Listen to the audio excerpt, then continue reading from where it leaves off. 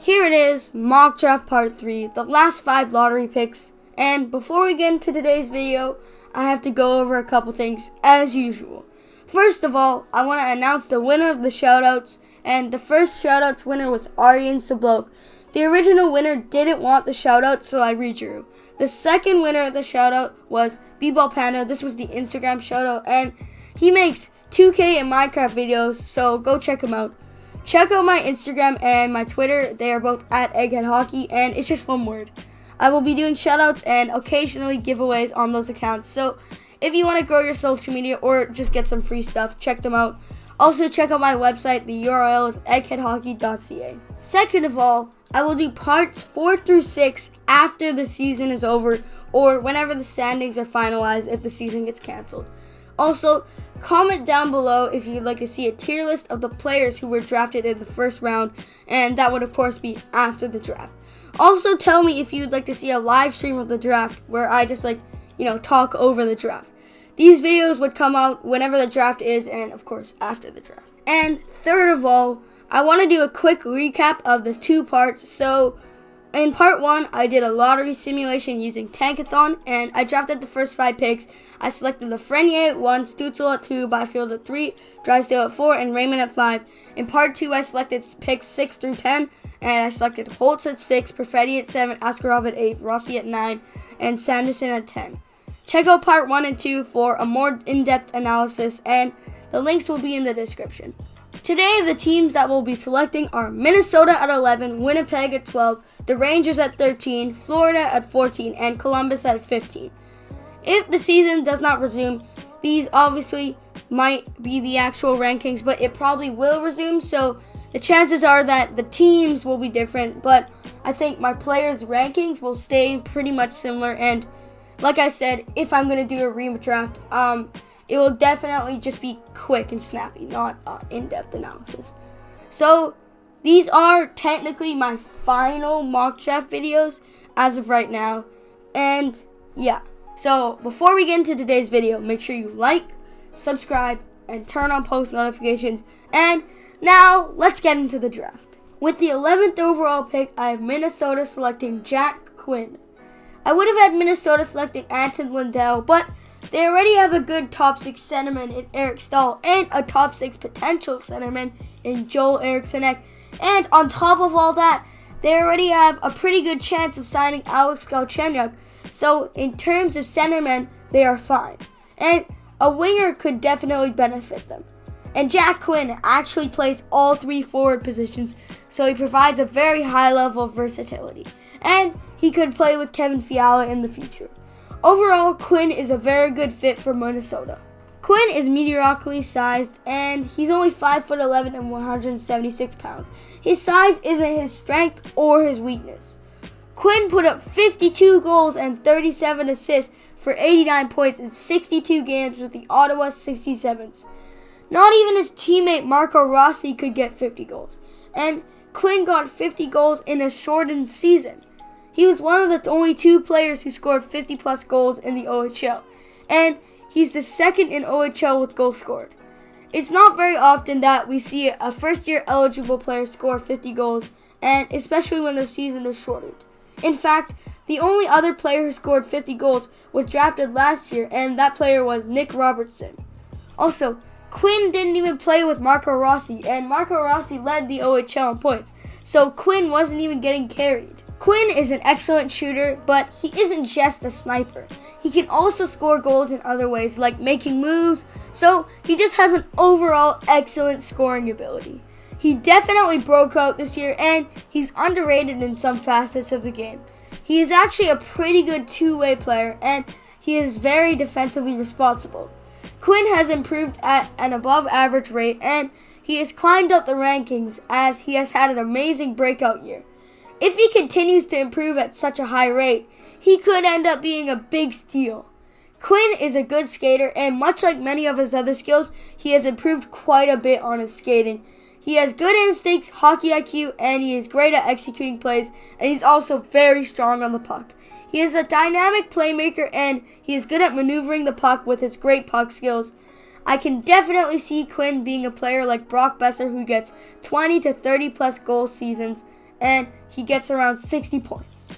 He could become a top power play unit player who plays on the high left side, as he is a right-handed shot, so it gives him an advantage. Although he is a good skater, he isn't able to drive the play as well as you would want him to.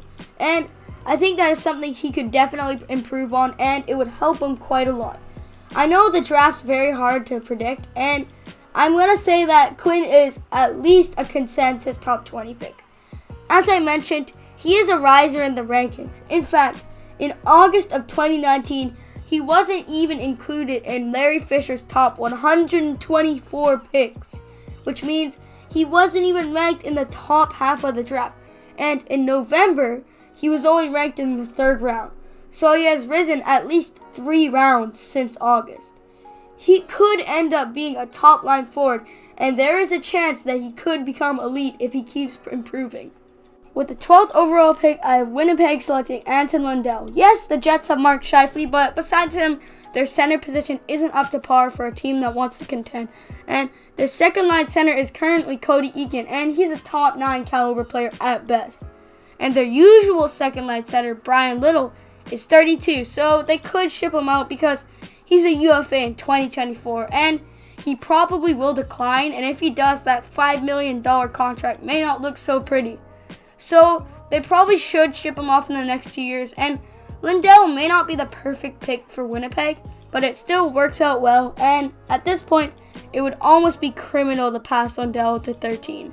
I already let him go past the top 10, and I feel like if I let him go too low, some people would be outraged and they'd be like, you're just picking random players. Well, that's not the reason I dropped him. I made these picks for a reason, and I think most of these picks will be helpful for the teams that they're drafted to and the players. So I'm not just randomly selecting people. Don't worry about that. Anton Lyndell is a very good two-way centerman, and many people could see him potentially winning a Selke trophy. He has the whole package and a polished all-rounded game. He is patient with the puck, and this allows him to distribute the puck with efficiency. He has an elite brain, and this supports his well-roundedness. He is a dangerous left-handed shooter, and his wrist shot is his best shot. He is tough to knock off the puck, and he is very strong. And he has a huge frame, standing at 6'1", but he is only 183 pounds. He put up 10 goals and 18 assists for 28 points in the Liga with HIFK Helsinki. The Liga is Finland's top league, so these numbers are actually pretty good for a boy playing in a men's league. The Liga isn't as good as the SHL or the KHL, but it is still the 4th best hockey league in the world, and for an 18-year-old, that's pretty good. I feel like people overrate the CHL and underrate the European leagues, and when it comes to prospects, even I'm guilty of underrating the European leagues. But he could go anywhere between picks 7 and 12, and Lyndell has averaged upwards of 16 minutes per game in a pro league, so he could be NHL ready in the next year or two. While Lyndell's offensive ceiling is debatable, I still think he'll be a good top-line player, and he could be an NHL-ready third liner. Lyndell is very good at finding his teammates, and he is a solid playmaker. Lyndell's offensive ceiling is one of the reasons why I let him drop to 12, and I think he could become a 60-plus point player, but you never know with these players with offensive optimism. Lyndell isn't flashy, but he is effective for the most part, and you definitely don't need to be flashy to be successful. And a problem with some of these all-rounded players is that they focus a lot on rounding out their game, and they improve overall, but they don't improve very quickly, and they can sometimes become passive. There are definitely some key things wrong with Lyndell, but he is overall pretty good. With the 13th overall pick, I have the New York Rangers selecting Caden Gooley. New York has a very solid top 6 forward unit, with Kaapo Kakko being an up-and-coming forward who could fill the first-line winger position. So, they don't need a top 6 forward for a little while, and they could work on their defense. The Rangers have a very strong core, and this may sound kind of dumb, but I could see them potentially trading this pick because they don't really need it, and it isn't really a great pick for a team that could be contending in the next few years. Obviously, we aren't doing trades in this draft, so I have to select someone. But the Rangers have a very high potential in all facets of the game, so if I were managing the Rangers, I would trade this pick unless they don't want to use the cap space from the assets they acquire, assuming that those assets are players. Although Gooley doesn't fit well, they are best off drafting defensemen, and they need a solid left-handed defenseman. But goalie is not NHL ready, so this won't solve their problem. Or it won't solve it soon, at least. But it will help in a few years. Goalie is pretty big, standing at 6'3" and 187 pounds. Goalie put up 11 goals and 29 assists for 40 points with the Prince Albert Raiders in the WHL. These numbers are okay, but his height is a huge plus. Goalie is a mobile and strapping defender with an eye for defense. I think he has the potential to be a player who plays big minutes. As I mentioned, his offensive stats aren't great and his offensive stealing is a little bit debatable, but he has the potential of being a two-way defenseman who is slightly more defenseman, but not a stay-at-home defender. He has good skating and a hard shot, and he has a heavy physical game and makes sure the opponents know where he is. He has a pro mentality and he is self-aware, and he knows his strengths and he plays them. His decision-making skills are questionable at times, and he shows potential in his playmaking, but he does have lapses. Goalie has climbed up the rankings, and he has a pretty good overall upside, but like I said, his defensive upside is higher than his offensive upside.